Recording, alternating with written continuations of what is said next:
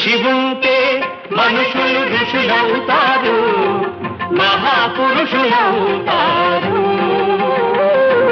తరతరాలకి తరగని వెలుగవుతారు, ఇలా వేడుకులవుతారు.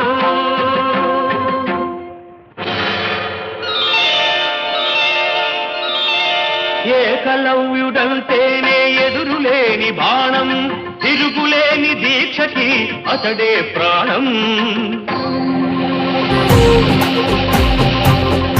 కులం తక్కువని విద్య నేర్పని గురువు బొమ్మగా మిగిలాడు, సోమ గురువుగా చేసుకొని బాణ విద్యలో పెరిగాడు.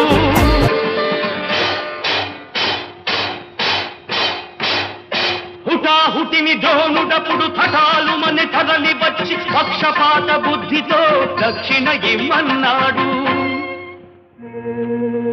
ఎదుట